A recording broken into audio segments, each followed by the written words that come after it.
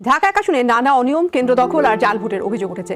নৌকার ক্যাডাররা বেশিরভাগ কেন্দ্র দখলে নিয়ে জাল ভোটের মহোৎসব চালাচ্ছে। যমুনার ক্যামেরায় ধরা পড়ে জাল ভোট দেওয়া ও শিশু ভোটারদের দৌড়ে পালানোর দৃশ্য।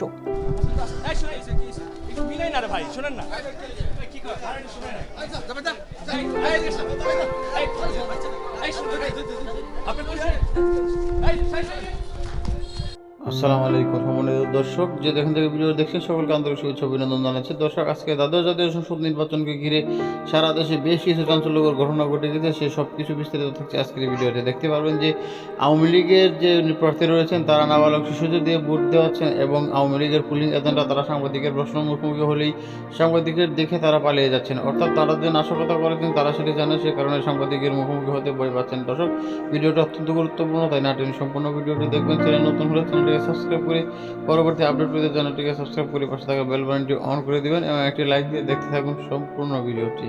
ঢাকা আকাশনে নানা অনিয়ম, কেন্দ্র দখল আর জাল ভোটের অভিযোগ উঠেছে।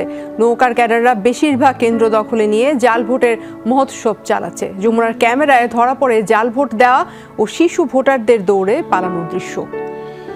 যদিও নির্বাচনী কর্মকর্তারা বলছেন এসব অনিয়মে তাদের কিছুই করার নেই। দোহার থেকে সহকর্মী আশিক মাহমুদ জানাচ্ছেন বিস্তারিত। 101% কপার কন্ডাক্টিভিটি ও ফ্লেম রিটার্ডেন্ট পিভিসি দিয়ে তৈরি বিজলি কেবলস, নিরাপদ আজীবন। কার ভোট দিতে আসছো? এভাবেই যমুনার ক্যামেরা দেখে দৌড়ে পালিয়ে যায় এক শিশু। সকালে দোহারের শাইনপুকুর সরকারি প্রাথমিক বিদ্যালয় কেন্দ্রে ভোটের স্লিপ হাতে ভোট দিতে আসেন এই অপ্রাপ্তবয়স্ক ভুয়া ভোটার। তোমার বয়স কত ভাই? এই তোমার বয়স কত? হ্যাঁ, তুমি ভোটার? দেখি ভোটার আইডি কার্ড দেখি। ভোটার আইডি কার্ড দেখি। ভোটার আইডি কার্ড দেখি।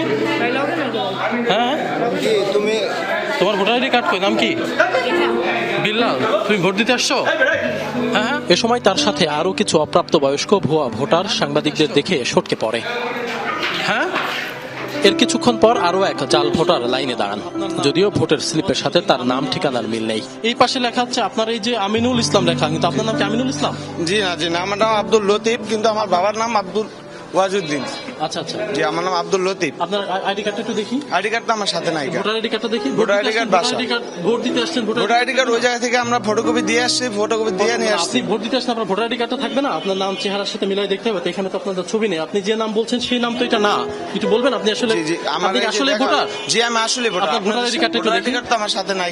না, ভোটার আইডি কার্ড ছাড়া আপনি ভোট দিতে কিভাবে এসেছেন? ভোটার আইডি কার্ড ওই সাইডে রেখে আসছি, আপনি চলেন। কার কাছে রেখে এসেছেন? ওই যে আমরা যে ভোটারের এইগুলো দিতেছে না এদের সাথে। এত কিছুর পরেও সেই নির্বিঘ্নে জাল ভোট দিয়েছেন তিনি। এছাড়াও এই কেন্দ্রে একসাথে 4-5 জন ভোট কেন্দ্রে ঢুকে ভোট দেওয়ার চিত্র ধরা পড়ে ক্যামেরায়। যদিও এসব অস্বীকার করেন কর্মকর্তারা। না, এখানে আমরা তো না, আমরা শিশু ভোটার এখানে তো দেই নাই। এখানে কোনো শিশু ভোটার দিতে পারে নাই। 4-5 জন করে লোক ভিতরে, একজনের বেশি কেন্দ্রে ভোট করার কথা না, কিন্তু 4-5 জন করে লোক প্রতিটি কেন্দ্রে একজন করে আসে। সকাল থেকেই এই কেন্দ্র ছিল নৌকার কর্মীদের দখলে। সংবাদ প্রচারে বিরত থাকার জন্য হুমকি ধামকিও দেয় তারা। অনিয়মের পরও প্রিজাইডিং কর্মকর্তা জানান তার কিছুই করার নেই। আপনার কাছে কি আছে সে ফুটেজ আমি দেখি নাই, কিন্তু আমার যে নির্দেশনা, আমার সহকারী প্রিজাইডিং এবং পুলিং অফিসারদের কাছে পরিষ্কার মেসেজ দেওয়া যে একজন ভোটার তার নির্ধারিত স্লিপ, ভোটার নাম ঠিকানা সব সঠিক থাকবে, ভোট দিবে। যার থাকবে না সে দিবে না। রাতে এই কেন্দ্রের পাশেই লাঙ্গলের 2 সমর্থককে বেধড়ক মারধর করে ক্ষমতাসীন দলের নৌকার কর্মীরা। ছিনিয়ে নেয় পোলিং এজেন্টদের তালিকা সহ সবকিছু, যার ফলে এই শাইনপুকুর কেন্দ্রে লাঙ্গলের পোলিং এজেন্ট ছাড়াই ভোট গ্রহণ শুরু হয়। দিনভরে দোহারের শাইনপুকুর সরকারি প্রাথমিক বিদ্যালয়ের এই ভোট কেন্দ্রটি এমন ভোটার শূন্য, কিন্তু ভোট কেন্দ্রের ভেতরেই নৌকার যারা সমর্থক, যারা ক্যাডারে রয়েছেন তাদের কিন্তু সরব উপস্থিতি রয়েছে। তারা কিন্তু আশপাশে সারাদিন ভরই ঘোরাঘুরি করছে, খাওয়া দাওয়া করছে, আড্ডা দিচ্ছে, ভোটারদের প্রভাবিত করছে, কেন্দ্র দখল করছে, জাল ভোটের মহোৎসব করছে। এসব বিষয়গুলো প্রশাসনকে জানানোর পরও তারা কোনো ধরনের ব্যবস্থা নেয়নি। সব মিলিয়ে দেখা যাচ্ছে এক ধরনের সবারই এক ধরনের প্রশ্নবিদ্ধ আচরণ। কেন্দ্র দখল করে আসলে এই কেন্দ্রের ভোট গ্রহণ চলছে। আশিক মাহমুদ, যমুনা নিউজ, দোহার, ঢাকা।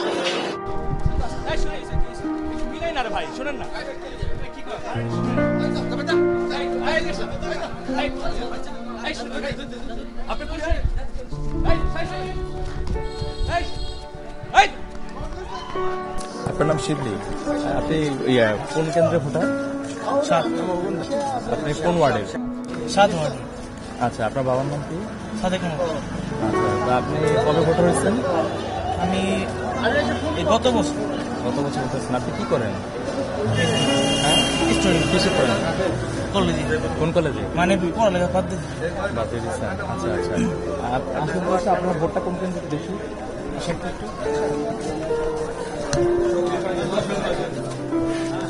ওনার ভোটটা কোন কেন্দ্রে দেখেন তো?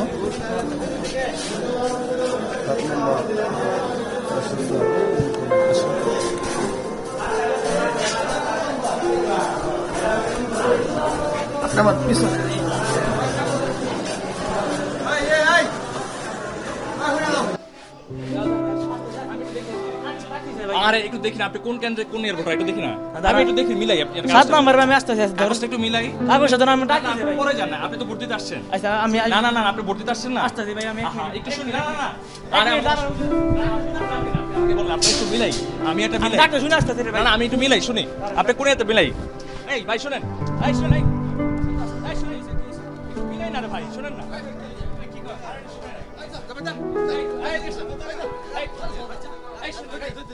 আপনি কোন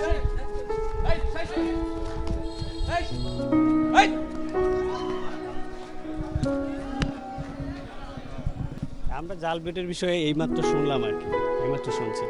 তাহলে কি ব্যবস্থা নেওয়া হবে বাকি?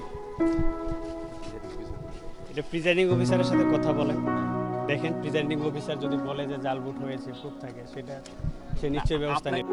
প্রিয় দর্শকবৃন্দ, যেখানে এক্সিকিউটিভ ম্যাজিস্ট্রেটরা আওয়ামী লীগের নেতা কর্মীদের বিরুদ্ধে কথা বলতে পারছে না, জাতীয় পার্টির উপর নির্ভর করে শেখ হাসিনা যে নির্বাচন দিয়েছে সেই নির্বাচনে একের পর এক অপ্রীতিকর ঘটনা ঘটে গেছে। অনেক জায়গায় আগে থেকেই নৌকার বেরোটা সিল মারা, আবার অনেক জায়গায় তারা প্রকাশ্যে নৌকায় সিল মারছে এবং আওয়ামী লীগের ক্যাডাররা আগে থেকেই কর্মী দখল করে নিয়েছে, এমন নানা ধরনের অভিযোগের সত্যতা পাওয়া গিয়েছে।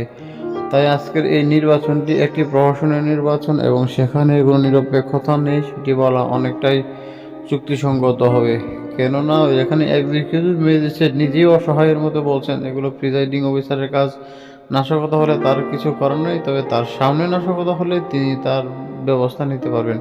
অর্থাৎ প্রিজাইডিং অফিসারের উপর নির্ভর করছে তারা, এবং প্রিজাইডিং অফিসার অবশ্যই দলীয় নেতাকর্মীদের দ্বারা প্রভাবিত। কেননা বর্তমান নির্বাচন কমিশন যেভাবে সুষ্ঠু নির্বাচন দেওয়ার কথা বলেছিলেন সেখানে তার লেশমাত্রও দেখা যাচ্ছে না।